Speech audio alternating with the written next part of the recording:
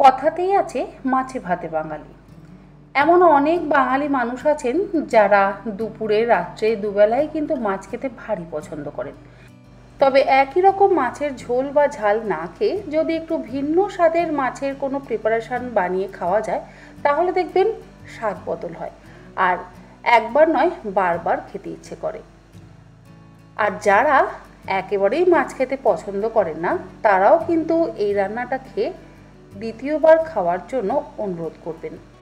আজকের রেসিপি গন্ধরাজ মাছ ভাপা বা গন্ধরাজ ভাপা মাছ, যেটাই আপনারা বলেন। নিয়েছি এখানে 5 পিস কাতলা মাছের পিস। আপনারা কাতলা মাছের বদলে রুই মাছেরও ব্যবহার করতে পারেন।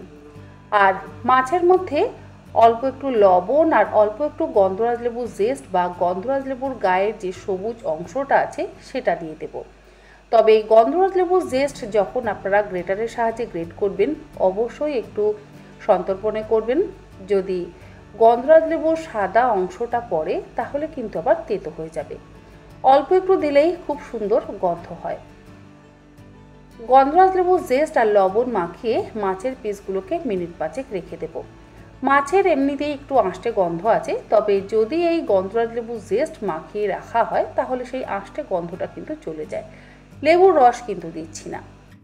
মাছের মধ্যে লবণ মাখিয়ে নেওয়ার পর এবারে গ্রাইন্ডিং জারের মধ্যে দিয়ে দিলাম 1/3 কাপ পরিমাণে টক দই, 4টে কাঁচা লঙ্কা, 1 টেবিল চামচ পরিমাণে সাদা তিল, 5টা কাজু বাদাম আর অল্প একটু গন্ধরাজ লেবুর জেস্ট দিয়ে তার মধ্যে ওই 3-4 টেবিল চামচ পরিমাণে জল দিয়ে একদম মসৃণ করে বেটে নেব।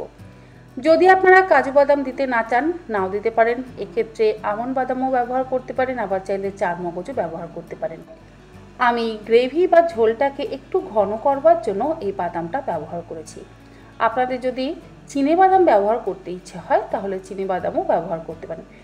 তবে কি জানেন তো, এক একটা বাদামের তো এক এক রকম স্বাদ, তাই যে বাদামই আপনারা ব্যবহার করেন না কেন রান্নার স্বাদ বদলে যাবে। আমি যেমন কাজু বাদাম ব্যবহার করেছি, অবশ্যই রান্নার স্বাদ ভীষণ ভালো হবে। আবার যদি এখানে চিনে বাদাম ব্যবহার করা হয় তাহলে রান্নার স্বাদ একটু হলেও বদলে যাবে। যাই হোক, মশলাটা করে নেওয়ার পর এবারে মাছগুলোকে আমি হালকা করে ভেজে নেব। তার জন্য কড়াইতে দিয়ে দিলাম জাস্ট 3 টেবিল চামচ পরিমাণে সর্ষের তেল।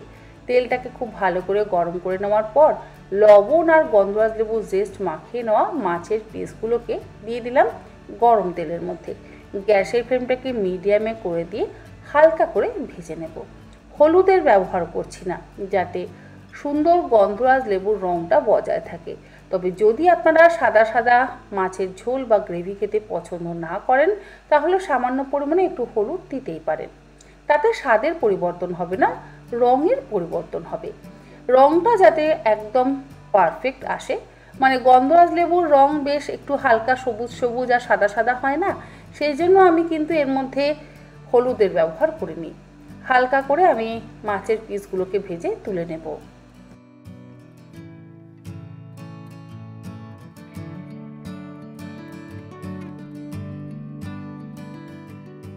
আর এই মাছের পিসগুলো ভাজতে কিন্তু আমি খুব বেশি তেলের ব্যবহার করিনি, অল্প তেলেই মাছগুলোকে ভেজে নিলাম। এবারে একটা টিফিন কৌটোর মধ্যে বেটে নেওয়া মশলাটা দিয়ে দিচ্ছি। 1/4 কাপ পরিমাণে জলও অ্যাড করব। গ্রাইন্ডিং জারের মধ্যে 1/4 কাপ পরিমাণে জল নিয়ে সেই জলটাও দিয়ে দিলাম। আর দিচ্ছি 4টে চেরা কাঁচা লঙ্কা। যতই গন্ধরাজ লেবুর জেস্ট আমরা ব্যবহার করি না কেন, কাঁচা লঙ্কা যদি ব্যবহার ঠিক মতো না করা হয় তাহলে দেখবেন স্বাদ এবং গন্ধটা একটু যেন অসম্পূর্ণ থাকে। কাঁচা লঙ্কা দেওয়ার পর আবারও একটু গন্ধরাজ লেবুর জেস্ট দিয়ে দিলাম। রান্নাটা পুরোটাই হবে গন্ধরাজ লেবুর খোসার ওপরে। তাতে কি হবে, গন্ধরাজ লেবুর গন্ধটা বেশি ভালো হবে। এর আগে আমি বেশ কয়েকটি গন্ধরাজ লেবু দিয়ে রেসিপি তৈরি করে আপনাদের সাথে শেয়ার করেছিলাম। তাতে অনেকে আমাকে জিজ্ঞাসা করেছেন যে গন্ধরাজ লেবুর বদলে পাতিলেবু কি ব্যবহার করা যাবে। ব্যবহার অবশ্যই করা যেতে পারে, তবে ওই গন্ধরাজ লেবুর সুন্দর মিষ্টি গন্ধটা পাবেন না। পাতিলেবু দিয়েও আপনারা অবশ্যই রান্নাটা করতে পারেন। অনেক জায়গাতে গন্ধরাজ লেবু পাওয়া যায় না, তাই গন্ধরাজ লেবুর বদলে পাতিলেবু ব্যবহার করেও কিন্তু আপনারা আপনাদের নিজেদের স্বাদটাকে পরিবর্তন করতে পারেন। ভেজে নেওয়া মাছের টুকরোগুলোও দিয়ে দিলাম। আর তার আগে একটু গন্ধরাজ লেবুর পাতা টুকরো করে কেটে নিয়ে দিয়েছি, লেবুর রস কিন্তু দিইনি। মাছ ভাজার যে তেলটা ছিল সেই তেলটা দিয়েছি, খুব অল্পই তেল দিলাম, কাঁচা সর্ষের তেল দিলাম না। কাঁচা সর্ষের তেল দিলে কি হয়, গন্ধরাজ লেবুর সুন্দর গন্ধটা বজায় থাকবে না।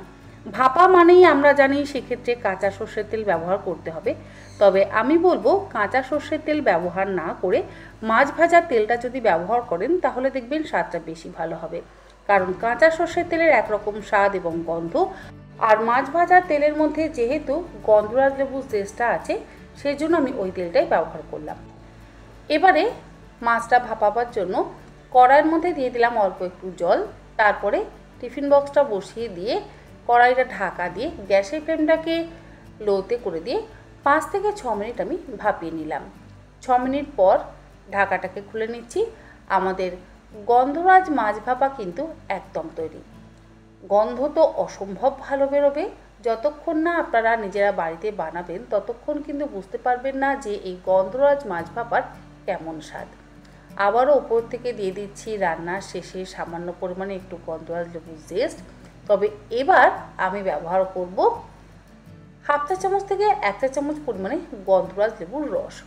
গন্ধরাজ লেবুর রস খুব একটা বেশি ব্যবহার করছি না এই কারণেই, তাহলে মাছের এই ঝোল বা গ্রেভি যেটাই আপনারা বলেন সেটার মধ্যে একটু টক ভাবটা বেশি হয়ে যাবে।